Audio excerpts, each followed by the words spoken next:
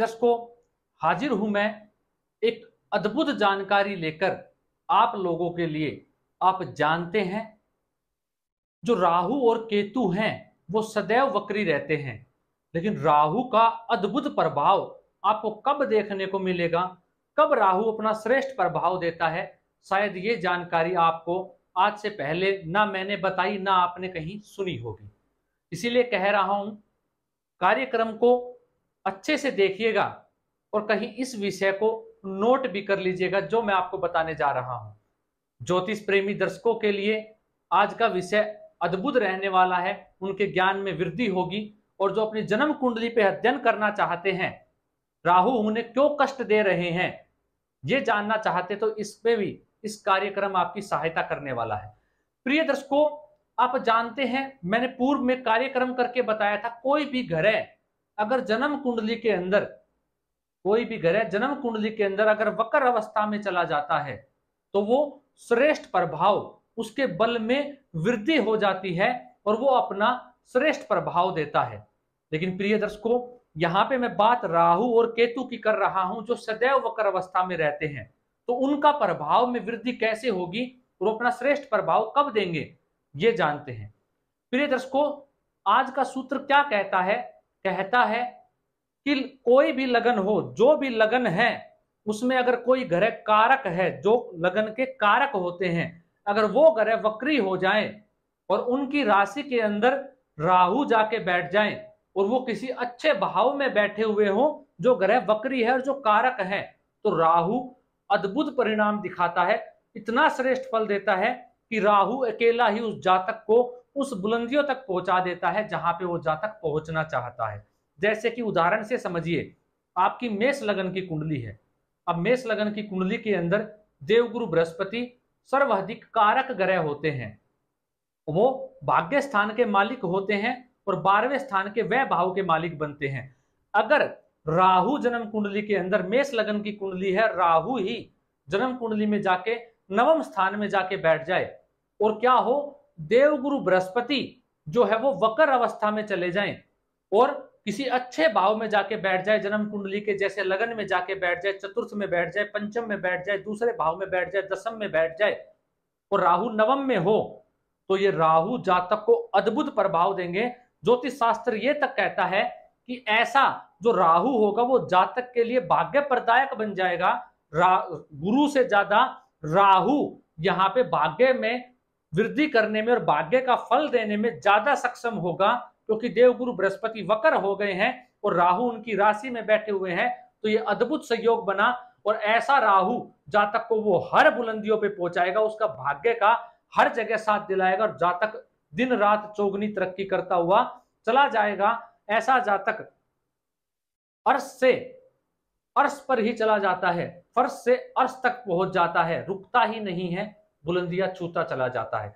वही प्रिय दर्शकों, ज्योतिष शास्त्र क्या कहा, अगर कोई ग्रह अकारक है जन्म कुंडली में आपकी, किसी लगन में, मान लीजिए मेष लगन की कुंडली है, इसमें बुध जो है वो अकारक होते हैं, सर्वाधिक अकारक ग्रह बुध ग्रह होते हैं। और आप जानते हैं, राहु की जो मूल त्रिकोण राशि और जो स्वय राशि है, बुध की जो मिथुन राशि है वो राहु की स्वय राशि है और जो कन्या राशि है वो मूल त्रिकोण राशि है राहु की। अब यहाँ पे बुध वक्री हो जाए, अगर आपकी मेष लगन की कुंडली है और बुध ग्रह वक्री अवस्था में होके बैठे हुए हैं, वक्री अवस्था में होके बैठे हुए हैं, तो राहु लगन में बैठ जाए, दूसरे भाव में बैठ जाए, चतुर्थ में बैठ जाए, सप्तम में बैठ जाए, तो सर्वाधिक कष्ट देंगे, परेशानियों से भर देंगे ऐसे जातक के जीवन को। क्योंकि यहां पे मैंने क्या कहा, अकारक ग्रह की जब भी वक्र होंगे अकारक ग्रह और उसकी राशि में राहु जाके बैठेंगे तो राहु कष्ट देंगे। लेकिन यहाँ पे मूल त्रिकोण राशि राहु की और स्वय राशि ही बुध की ही राशि होती है और बुध वक्र अवस्था में हो गए तो राहु कष्ट देना प्रारंभ कर देंगे और जातक के जीवन में कष्ट की मात्रा बढ़ा देंगे। अब वही बात प्रिय दर्शकों, मैंने देवगुरु बृहस्पति कही कि वो कारक हैं मेष लगन की कुंडली में, वक्र अवस्था में राहु उनकी राशि में बैठे तो श्रेष्ठ प्रभाव देंगे। लेकिन प्रिय दर्शकों, अगर देवगुरु बृहस्पति 6, 8, 12वें भाव में चले गए तो अच्छे भाव में नहीं है तो उसका प्रभाव कम हो जाएगा, वो प्रभाव नहीं दे पाएगा राहु, जो कि देवगुरु बृहस्पति अच्छे भाव में बैठ के दिला सकते थे। तो यहाँ पे ये बात आपको जरूर याद रखनी है।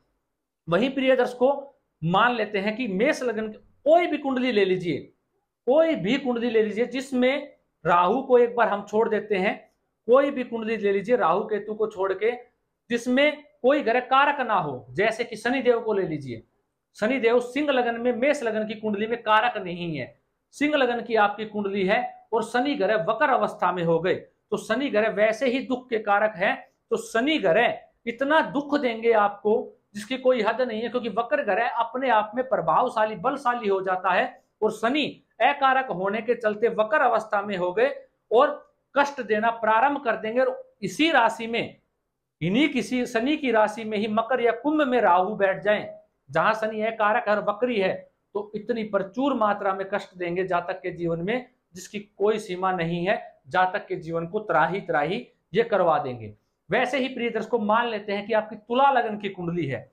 अब तुला लगन की कुंडली के अंदर सर्वाधिक कारक ग्रह कोई ग्रह है तो वो शनि ग्रह है। अब शनि ग्रह सबसे ज्यादा कारक ग्रह है, और जब शनि ग्रह कारक है तो राहु शनि की राशि में जाके बैठेंगे। शनि पहले से ही पाप ग्रह की श्रेणी में आते हैं, और राहु उनकी राशि में बैठेंगे तो वो और सर्वाधिक पाप ग्रह बन जाएंगे जो राहु ग्रह है। लेकिन अगर वो वक्री है, अगर वो वक्री है तो वो राहु भी उस कुंडली के अंदर सर्वश्रेष्ठ फल देने के लिए बाध्य होगा और श्रेष्ठ फल आपको देगा। आप जानते हैं राहु जो है वो 12वें घर के अंदर कारावास योग बनाता है, अच्छा नहीं रहता, लेकिन फिर भी राहु अच्छा ही परिणाम देंगे, खराब फल यहाँ पे नहीं देंगे। और छठे भाव में आप जानते हैं राहु श्रेष्ठ फल देते हैं, तीसरे छठे 11वें भाव में अगर शनि की राशि में बैठ जाएं। अब शनि की राशि में कैसे बैठेंगे आप जानते हैं, तुला लगन की अगर आपकी कुंडली है तो शनि की कहां कहां बनेगा, 6, 8, 9, 10, 11 और 12, चौथे और पांचवें घर के जो मालिक बने, कौन बने, शनि ग्रह बने। लेकिन यहाँ पे राहु चतुर्थ में बैठ सकते हैं शनि की में, या 5वें भाव में जाके बैठ सकते हैं। अब यहाँ पे 5वें भाव में मान लीजिए, चौथे भाव में आप जानते हैं राहु घर में कलह का वातावरण बना के रखते हैं, परेशानी देते हैं। लेकिन तुला लगन की कुंडली में सर्वाधिक कारक ग्रह शनि है। अब शनि वक्री अवस्था में मान लेते हैं भाग्य स्थान में जाके बैठ गए, आपकी कुंडली के अंदर भाग्य स्थान में शनि ग्रह जाके बैठ गए, वक्र है तुला लगन में, और राहु पंचम स्थान में बैठा हुआ है। तो यही राहु आपको जबरदस्त परिणाम देगा, आपको ऊंचाइयों पर लेके जाएगा, आपकी शिक्षा अच्छी करवाएगा। अन्यथा क्या कहा गया शास्त्र में, राहु पंचम में होगा तो क्या करेगा, शिक्षा में बाधा लेके आएगा, संतान में कष्ट देगा, संतान की उत्पत्ति में बाधा लाएगा, संतान के साथ संबंध खराब। लेकिन अब यही राहु श्रेष्ठ फल देगा, जो आपने आज तक सुना था उसका कहीं दूसरा परिणाम आपको दिखाएगा और सर्वश्रेष्ठ फल देने में बाध्य हो जाएगा। अब यही बात आप केतु पर भी लागू करके देख सकते हैं जो मैंने राहु पे बताई। प्रिय दर्शकों, आशा करता हूं आज जो मैंने आपको विषय समझाया ये आपके ज्ञान में वृद्धि करने वाला रहा होगा और आपने इसे कहीं नोट कर लिया होगा और याद भी कर लिया होगा। प्रिय दर्शकों, अगर आपका कोई सवाल है तो आप कमेंट के माध्यम से मुझसे पूछ सकते हैं, मैं जवाब देने के लिए बाध्य हूं। आपके सवाल का जवाब आपको अवश्य मिलेगा। अगर आपने अभी तक अपने कर्तव्य का निर्वहन नहीं किया है इस चैनल को सब्सक्राइब करके, तो वो भी आप कर सकते हैं, ताकि मैं आप लोगों के लिए और अच्छे कार्यक्रम लेके आ पाऊं। अगर आप मेरा सहयोग करेंगे तो मैं आपका सहयोग को आपके सामने प्रचुर मात्रा में अद्भुत ज्योतिषीय ज्ञान लेकर रखूंगा। प्रिय दर्शकों, आज के लिए इतना ही, इजाजत दीजिए, मुझे मिलता हूं कोई नया और अद्भुत कार्यक्रम लेकर। नमस्कार।